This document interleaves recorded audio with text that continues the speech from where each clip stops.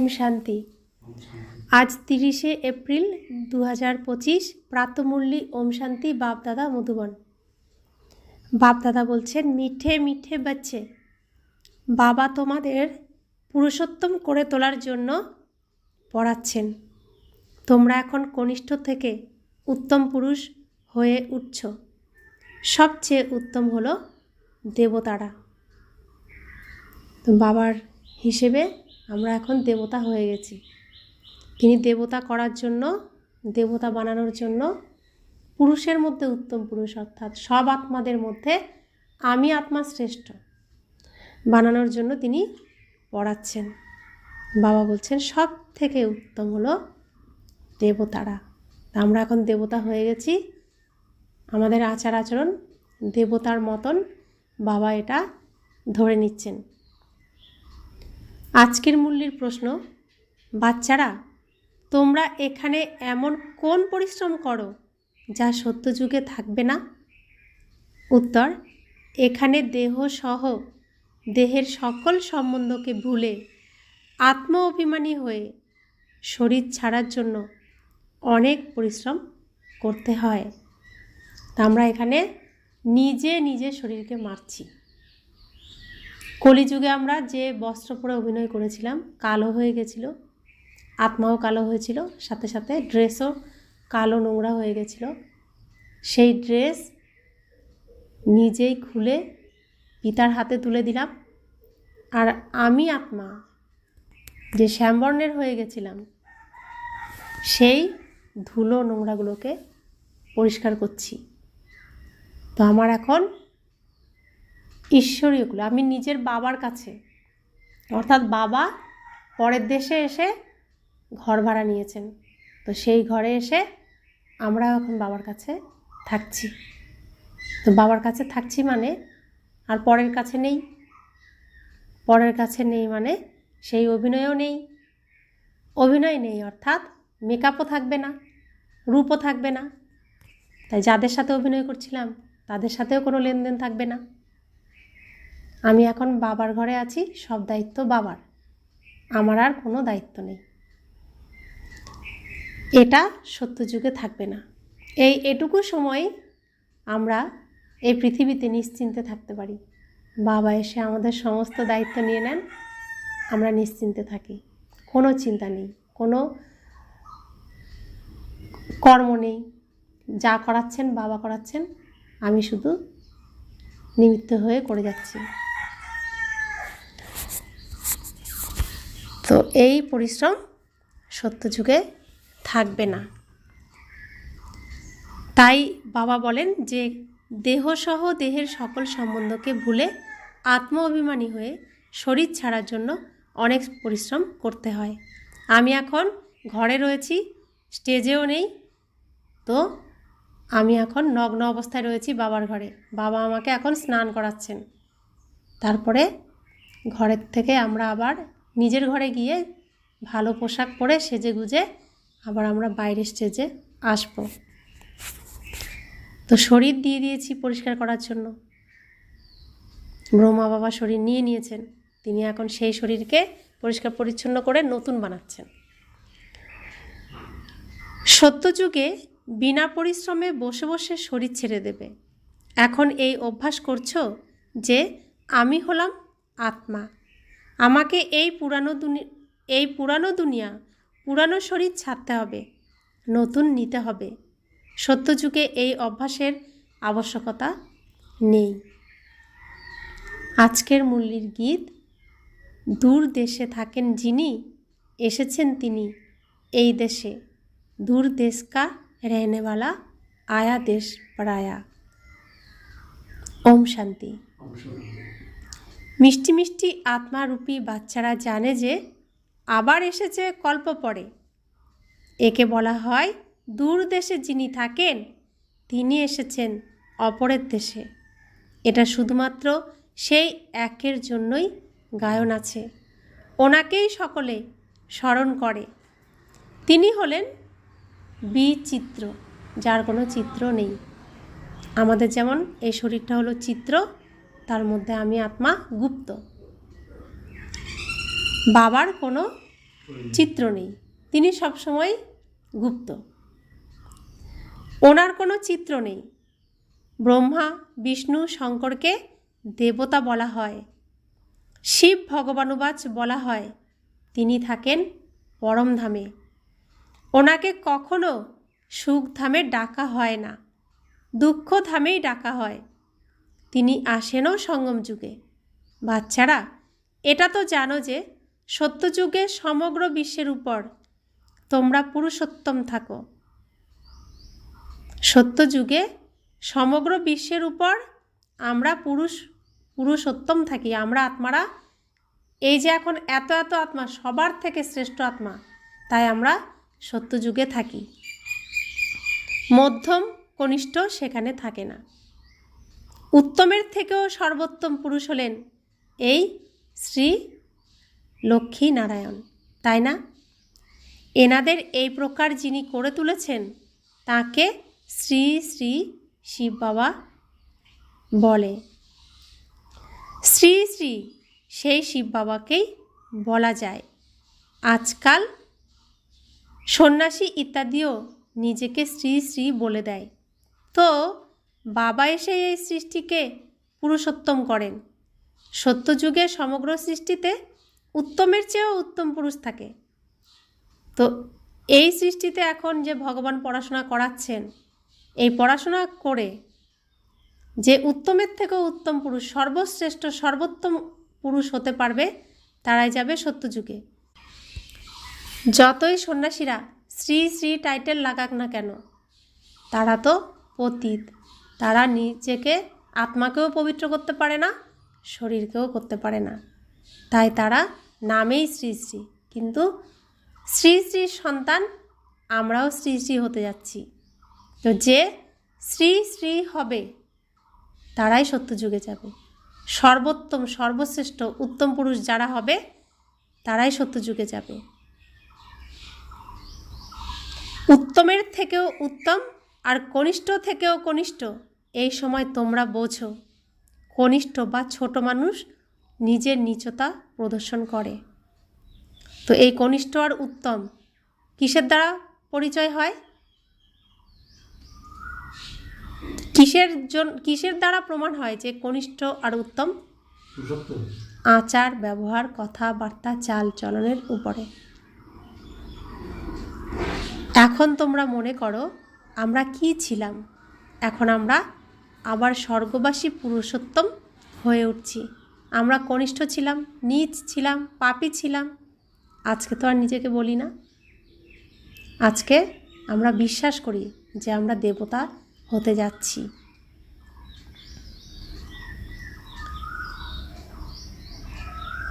এটা হলোই সঙ্গম যুগ। তোমরা নিশ্চিত যে এই পুরানো দুনিয়া নতুন তৈরি হচ্ছে। পুরানো থেকেই নতুন, নতুন থেকেই পুরানো অবশ্যই হয়। নতুনকে সত্যযুগ, পুরানোকে কলিযুগ বলা হয়ে থাকে। বাবা হলেনই সত্যিকারের সোনা, সত্য বলতে সক্ষম। বাবা কখনো পরিবর্তন হয় না, তার মধ্যে কোনো খাদ লাগে না। তিনি সদা সোনা, তাই তিনি সত্য বলতে পারেন। তিনি এই পৃথিবীতে এসে সমস্ত ভুলকে নির্ভুল বানাচ্ছেন, সত্য বলছেন। যতই বাধা বিপত্তি আসুক না কেন রাবণের তরফ থেকে, বাবা সত্যই বলে যাচ্ছেন। কারো ভালো লাগুক বা না লাগুক, বাবা সত্যই বলে যাবেন। কারণ তিনি সত্য পিতা, সত্য নারায়ণের সত্য কাহিনী আমাদেরকে শোনাচ্ছেন, সত্য খণ্ড তৈরি করার জন্য। তাকে ট্রুথ বলা হয়। God is truth. God is truth, অর্থাৎ ভগবান সবসময় সত্য। তাই তিনি সত্যম শিবম সুন্দরম, সব কিছু সত্য বলেন। এটা যারা বলে ঈশ্বর হলেন সর্বব্যাপী, তা হলো মিথ্যা। এখন বাবা বলেন মিথ্যা শুনো না। Hear no evil, see no evil. রাজবিদ্যার ব্যাপার হলো আলাদা। রাজবিদ্যা যখন তুমি অর্জন করবে তখন অন্য কারোর কাছ থেকে শুনবে না, সেই রাজার কাছ থেকেই শুধু শুনতে হবে, যিনি আমাদেরকে রাজ্যপদ দেবেন, যিনি আমাদেরকে রাজ ঋষি বানিয়েছেন। তো বাবা বললেন, সেটা তো হলোই অল্প সময়ের সুখের জন্য। আত্মা যখন আরেক জন্মগ্রহণ করে তখন আবার তাকে নতুন করে পড়তে হয়। সেটা হলো খুব অল্প সময়ের সুখ। এটা হলো কত জন্ম? 21 জন্ম, 21 প্রজন্মের জন্য, বার্ধক্যকাল পর্যন্ত সম্পূর্ণ জীবনকালকে কাঠামোতে বলা হয় একটা প্রজন্ম। সেখানে কখনো অকাল মৃত্যু হয় না। এখানে তো দেখো কেমন অকাল মৃত্যু হতে থাকে, জ্ঞানে এসেও মরে যায়, অর্থাৎ হাত ছেড়ে চলে যায়। তোমরা এখন মৃত্যুর উপর বিজয় প্রাপ্ত করছো। তো অনেকে বাবার ঘরে এসেছে, আবার হাত ছেড়ে চলে গেছে, বাড়ি থেকে বলে বাবা বাবা। তো আমি যদি নিজের লৌকিক পিতার কাছ থেকে দূরে চলে যাই, দূরে চলে গিয়ে বাবা বাবা বলি, তাতে কি লাভ হবে? তার প্রতি যদি কোনো কর্তব্য না করি, তার সাথে দেখা না করি, তার সামনে এসে তার কথা না শুনি, তাহলে কি লাভ হবে? দূরের থেকে বাবা বাবা বললে। তো এরকমও আছে। বাবা বলছেন, তোমরা এখন মৃত্যুর উপর বিজয় প্রাপ্ত করছো। তোমরা জানো যে ওইটা হলো অমরলোক, এটা হলো মৃত্যুলোক। সেখানে যখন বুড়ো হয় তখন সাক্ষাৎকার হয়, আমি এই শরীর ছেড়ে গিয়ে ছোট বাচ্চা হয়ে জন্মাবো। বার্ধক্য সম্পূর্ণ হলে শরীর ছেড়ে দেবে, নতুন শরীর প্রাপ্ত হলে সেটা তো ভালোই। বসে বসে খুশি হয়ে শরীর ছেড়ে দেয়। এখানে তো সেই অবস্থাতে থেকে শরীর ছাড়তে পরিশ্রম করতে হয়। এখানকার পরিশ্রম সেখানে আবার কমন হয়ে যায়। এখানে দেহ সহ যা কিছু আছে সব কিছু ভুলে যেতে হবে, নিজেকে আত্মা মনে করতে হবে, এই পুরানো দুনিয়াকে ছাড়তে হবে। এখানে নিজের শরীরকে নিজেই ত্যাগ করতে হবে, বাবার কাছে জমা দিয়ে দিতে হবে, নিজেকে নিজে মারতে হবে, নিজের মৃত শরীরের উপর নিজেকেই শুদ্ধ বস্ত্র দিতে হবে, নিজের ক্রিয়াকর্ম নিজেকেই করতে হবে, কেউ করে দেবে না, কারোর পক্ষে সম্ভব নয়। পিতাও স্বয়ং ভগবান পিতা, তিনিও অপারগ। প্রত্যেককে নিজেকেই করতে হবে। তাই বাবা বলছে, নিজেকে আত্মা মনে করতে হবে, এই পুরানো দুনিয়াকে ছাড়তে হবে, নতুন শরীর ধারণ করতে হবে। আত্মা শতপ্রধান ছিল বলে সুন্দর শরীর প্রাপ্ত হয়েছে, আবার কাম চিতার উপর বসার জন্য কালো তমপ্রধান হয়ে গেছে। তাই শরীরও কুৎসিত প্রাপ্ত হয়েছে, সুন্দর থেকে কুৎসিত হয়ে গেছে। কৃষ্ণের নাম তো কৃষ্ণই, তবে শ্যামসুন্দর কেন বলা হয়? কৃষ্ণর নাম শ্রীকৃষ্ণ, তো শ্রীকৃষ্ণই, তাকে শ্যামসুন্দর কেন বলা হয়? চিত্রতেও শ্রীকৃষ্ণের চিত্র ঘন নীল করে দেয়, কিন্তু অর্থ বোঝে না। এখন তোমরা বুঝতে পারো, যখন শতপ্রধান ছিলে সুন্দর ছিলে, এখন তমপ্রধান শ্যাম হয়ে গেছো। তো শ্রীকৃষ্ণ শতপ্রধান ছিল, সুন্দর ছিল, যখন তমপ্রধান হয়েছে শ্যাম হয়ে গেছে। তো আমরা চিত্র বানাই কালো কৃষ্ণ, তো শ্যামবর্ণের কৃষ্ণ। সেরকম আমরাও শতপ্রধান ছিলাম, তো সুন্দর ছিলাম, এখন শ্যামবর্ণের হয়ে গেছি। শতপ্রধান যাকে পুরুষোত্তম বলা হবে, তমপ্রধানকে কনিষ্ঠ বলা হবে। বাবা হলেন এভার পিওর, সবসময় কি থাকেন তিনি? পুরুষোত্তম, পিওর। তিনি আসেনি সুন্দর করে তুলতে, মুসাফির যে তিনি, প্রতিকল্পে আসেন। তা না হলে পুরানো দুনিয়াকে নতুন কে তৈরি করবে? এটা হলো পতিত ঘৃণ্য দুনিয়া। এই কথা দুনিয়াতে কেউ জানে না। এখন তোমরা জানো, বাবা আমাদের পুরুষোত্তম তৈরি করার জন্য পড়াচ্ছেন, আবার দেবতা হওয়ার জন্য আমরাই ব্রাহ্মণ হয়েছি। তোমরা হলে সঙ্গমযুগী ব্রাহ্মণ, দুনিয়া এটা জানে না যে এখন হলো সঙ্গম যুগ। দুনিয়া কি জানে যে এটা সঙ্গম যুগ? দুনিয়া তো ঘোর কলিতে পড়ে গেছে। শুধুমাত্র কারা জানে সঙ্গম যুগ? যারা শ্যামকে ছাড়ছে, কালো রাতের অন্ধকারকে ছাড়ছে, ফর্সা হচ্ছে, অর্থাৎ দিনের আলোর দিকে যাচ্ছে। এই যে সঙ্গম সময়, এখানে যারা জেগেছে আর নিজেকে কালোর থেকে আলোতে আনছে, তারাই শুধুমাত্র বোঝে যে এটা সঙ্গম যুগ। শাস্ত্রে কল্পের সময়কালকে লক্ষ বছর বলে দেয় বলে মনে করে কলিযুগ তো এখনও বাচ্চা। এখন তোমরা মনে মনে বুঝতে পারো আমরা এখানে এসেছি উত্তম থেকেও উত্তম, কলিযুগী পতীত থেকে সত্যযুগী পবিত্র মানুষ থেকে দেবতা হওয়ার জন্য। গুরু গ্রন্থেও মহিমা রয়েছে। যখন ভগবান এসে ময়লা কাপড় কাচেন, মুত পলিতি কাপড় কাছে, এটা হচ্ছে শিখদের গ্রন্থ সাহেবের মধ্যে আছে, মুত পলিতি কাপড় ধোয়া। কিন্তু গুরু গ্রন্থ সাহেব যারা পড়ে তারা এর অর্থ বোঝে না। এই সময় তো বাবা এসে সমগ্র দুনিয়ার মানুষকেই পরিচ্ছন্ন করেন। তোমরা সেই বাবার সামনে বসে আছো। একমাত্র এই বাবা বাচ্চাদের বোঝেন। এই রচয়িতা আর রচনার নলেজ আর কেউই জানে না। আমরা বাচ্চাদেরকে বোঝে কে? একমাত্র বাবা। আমাদেরকে আর কেউ বোঝে না। এখন এই পৃথিবীতে আমাদের বোঝার মতো কেউ নেই, এতটা বুদ্ধি কারণ নেই। একমাত্র বাবা হলেন জ্ঞানের সাগর। তিনি হলেন সৎ চৈতন্য, অমর, পুনর্জন্ম হতে মুক্ত। তিনি হলেন শান্তির সাগর, সুখের সাগর, পবিত্রতার সাগর। তাকেই ডাকে যে এসে এই উত্তরাধিকার দিন। বাবা এখন তোমাদের 21 জন্মের জন্য উত্তরাধিকার দিচ্ছেন। বাবা আমাদেরকে এখন 21 জন্মের জন্য উত্তরাধিকার দিচ্ছেন। এই পড়াশোনা হলো অবিনাশী। আমাদের বাবা অবিনাশী, আমি আত্মা অবিনাশী। এই পড়াশোনাও অবিনাশী, এর প্রাপ্তিও অবিনাশী। আমাদের পড়ান যিনি, সে বাবাও হলেন অবিনাশী।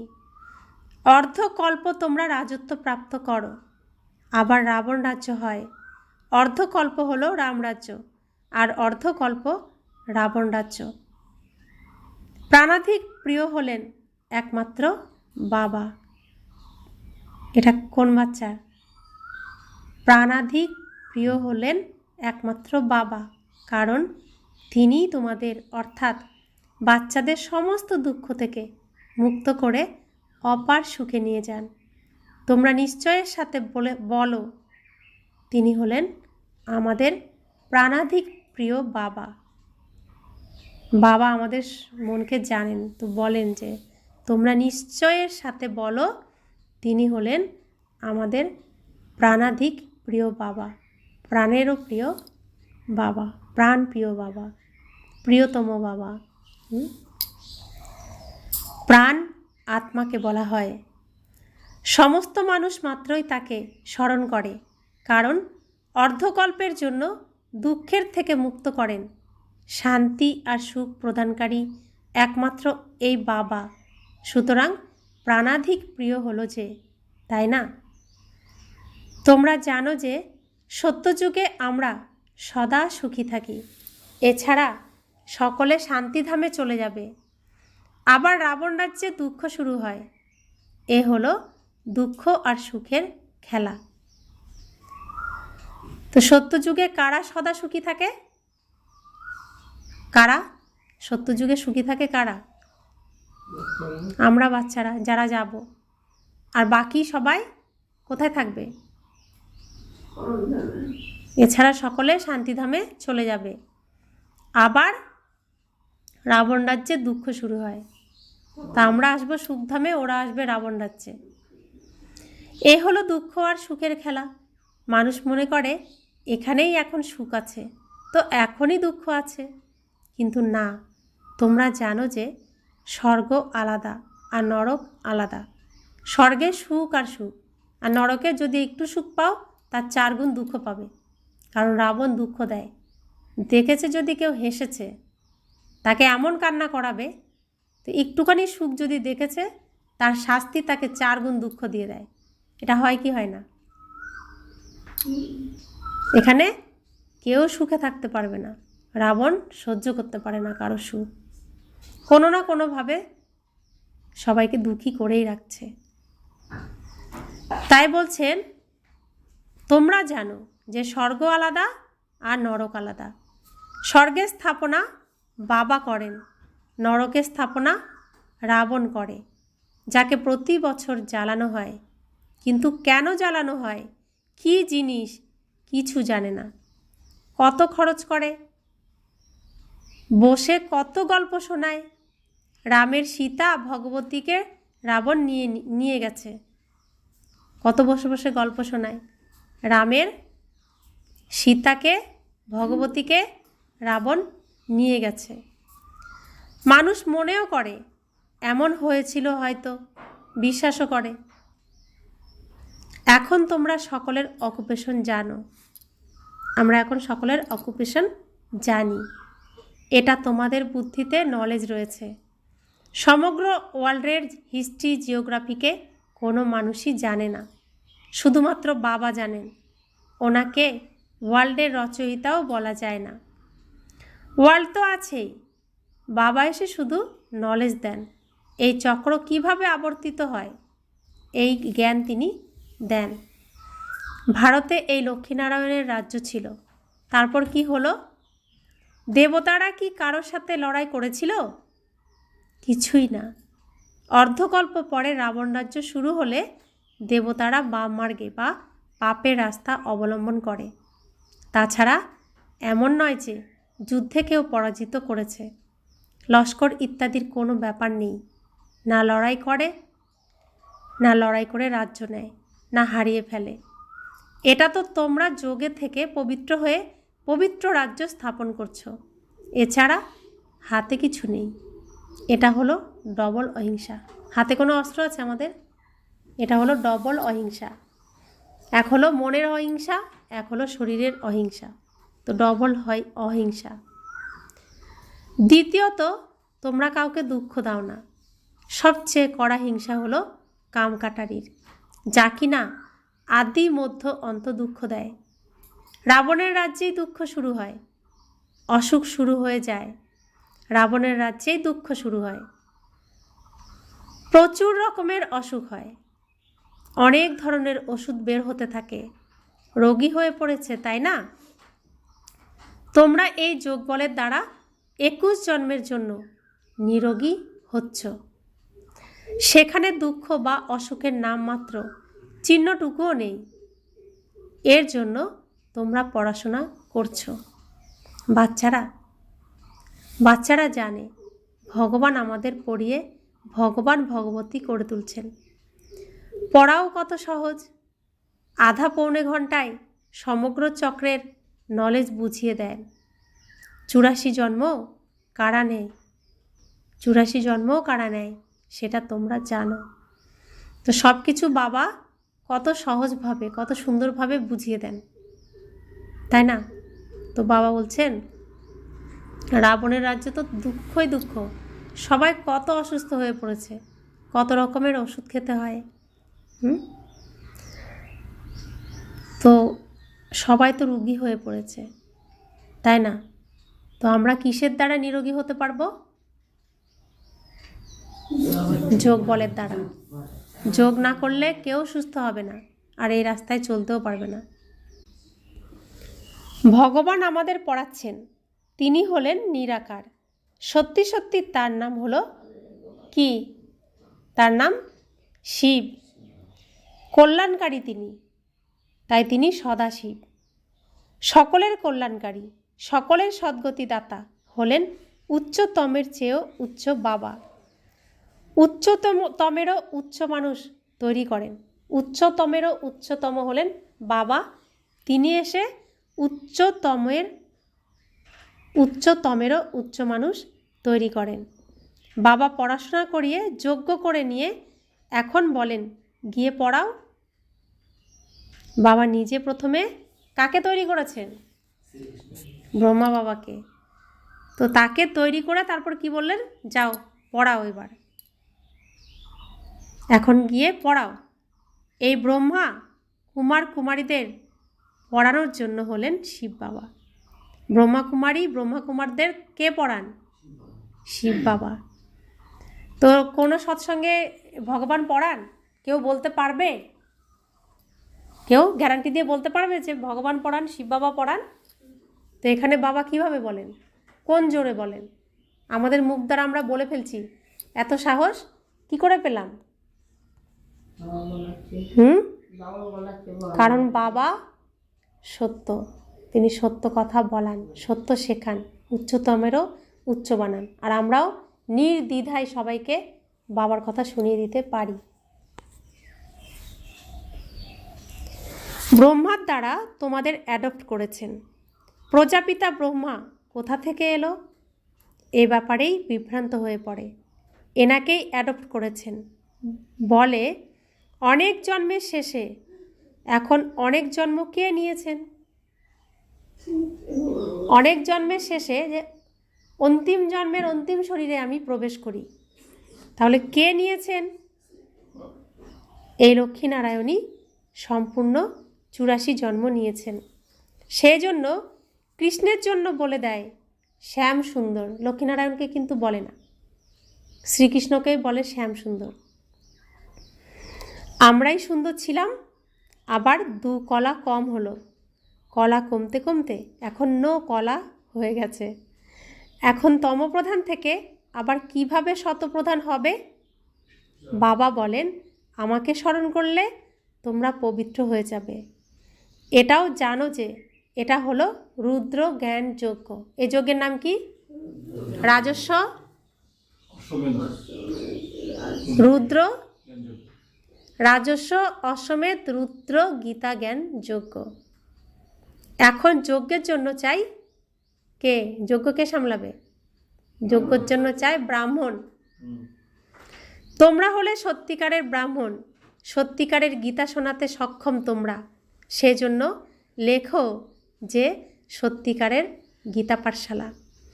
ওই গীতাতে তো নামই পরিবর্তন করে দিয়েছে।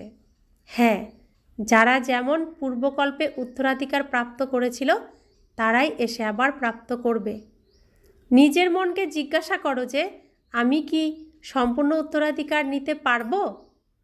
মানুষ শরীর ছেড়ে দেয় যখন খালি হাতে যায়, সেই সমস্ত বিনাশী কিছু সাথে চলে না। তো পৃথিবীতে এত মুনি ঋষি সাধু সন্ত মহান মহান পুণ্যাত্মা মহান মহান ব্যক্তিরা এসে অভিনয় করে চলে গেছেন। একজনেরও উদাহরণ দিন বা একজনের নাম বলুন যিনি নিজে শরীর নিয়ে চলে গেছে বা কোনো স্থূল জিনিস নিয়ে যেতে পেরেছে। একজন কারো নাম আছে? তাহলে ইতিহাসে তার বর্ণনা থাকতো। তো সেখানে কোনো স্থূল জিনিস পৌঁছাতে পারে না, এমনকি আকারীও না। পুরো নিরাকারী মূল জিনিসটা একদম আসলটুকু পিওরটুকুই সেখানে যেতে পারে। তো সেই সমস্ত বিনাশী কিছু সাথে চলে না। তোমরা শরীর ছাড়লে তো তোমাদের হাত ভর্তি, কারণ 21 জন্মের জন্য তোমরা নিজেদের উপার্জন জমা করছো। মানুষের তো সমস্ত উপার্জন মাটিতে মিশে যাবে। এর থেকে তো আমরা কেন না ট্রান্সফার করে বাবাকে দিয়ে দিই? যারা অনেক দান পুণ্য করে তারা তো পরের জন্মে বিত্তশালী হয়, ট্রান্সফার করে যে। তো যারা অনেক দান পুণ্য করে এই ঈশ্বরীয় সেবায়, তারা পরের জন্মে কি হয়? বিত্তশালী হয়, ট্রান্সফার করে যে দিচ্ছে। তো যত এই যজ্ঞে দিয়ে দেবে সেটা কি হচ্ছে? ট্রান্সফার। কারণ এটা তো স্থাপনার কাজে লাগছে। আমাদের তো সত্যযুগে জন্ম হয়ে গেছে, আমরা এখন বাবার ঘরে, একরকম বলতে গেলে আতুর ঘরে রয়েছি। তো যে বাচ্চা বেঁচে যাবে সে দিনের আলোয় যাবে, যে মরে যাবে সে তো আবার অন্ধকারে হারিয়ে যাবে। তো আমরা এখন রয়েছি কোথায়? বাবার কাছে। তো বাবার কাছে আমি এসেছি, তো আমার যা কিছু বাবার কাছে থাকবে। যা আমি সত্যযুগে প্রথম জন্ম আমার হয়ে গেছে, সত্যযুগে শুরুতে যে জন্ম, সেই জন্ম হয়ে গেছে। তাহলে আমার এটা কি স্থাপনার কার্যেই লাগছে না? তো সব কিছু ট্রান্সফার করে দিচ্ছি, তো তা আমরা আবার ফিরে পাবো। এখন তোমরা 21 জন্মের জন্য নতুন দুনিয়াতে ট্রান্সফার করো, তোমাদের রিটার্নে 21 জন্মের জন্য প্রাপ্তি হয়। তারা তো এক জন্মের জন্য অল্প সময়ের জন্য ট্রান্সফার করে, তোমরা তো ট্রান্সফার করো 21 জন্মের জন্য। বাবা তো হলেনই দাতা। এটা ড্রামাতে নির্ধারিত, যে যত করে তার প্রাপ্তি হয়। তারা ইনডাইরেক্ট দান পুণ্য করে বলে অল্প সময়ে সুখ রিটার্ন পায়, এটা হলো ডাইরেক্ট। এখন সব কিছু নতুন দুনিয়াতে ট্রান্সফার করতে হবে। এনাকে ব্রহ্মাকে দেখছো কত বাহাদুরি দেখিয়েছেন? তোমরা বলো সব কিছু ঈশ্বর দিয়েছেন। এখন বাবা বলেন এইসব আমাকে দাও, আমি তোমাদের বিশ্বের বাদশাহী দিচ্ছি। বাবা তো সব কিছু সাথে সাথে দিয়ে দিয়েছেন, ভাবেরও নি। তো শিব বাবা যখন ব্রহ্মা বাবার মধ্যে প্রবেশ করেছেন, তিনি যখন জেনেছেন যে স্বয়ং ভগবান এই রথে আসবেন, তো তার কাছে হীরাও কাঁচ মনে হয়েছে সত্যযুগের তুলনায়। তিনি সাথে সাথে সব কিছু এই যজ্ঞে শিব বাবাকে দিয়ে দিয়েছেন। তো কত বাহাদুরি দেখিয়েছেন। তো এখন বাবা বলছেন যে সব কিছু আমাকে দাও, আমি তোমাদের বিশ্বের মালিক, বিশ্বের বাদশাহী দিচ্ছি। বাবা তো সব কিছু সাথে সাথে দিয়ে দিয়েছেন, ভাবেনও নি। তো ব্রহ্মা বাবা এক মুহূর্তের জন্য ভাবেননি, ফুল পাওয়ার দিয়ে দিয়েছেন শিব বাবাকে। আমি বিশ্বের বাদশাহী পেতে চলেছি, সেই নেশা চড়ে গেছে তখন। বাচ্চাদের বা পরিবারের কথা কিছুই খেয়াল করেননি। তো তিনি বিশ্বের মালিক হবেন যখন বুঝেছেন, তখন আর সব কিছুর প্রতি বৈরাগ্য। তো এখন আমাদের তো বাবা বলছেন বিশ্বের মালিক হব, তো বৈরাগ্য কেন আসছে না আমাদের? অর্থাৎ মোহ রয়েছে। তো ব্রহ্মা বাবা পরিবারের কথা কিছুই খেয়াল করেননি। দেওয়ার জন্য ঈশ্বর আছেন যখন, এরপর কি আর কারোর রেসপন্সিবল আর কি আছে?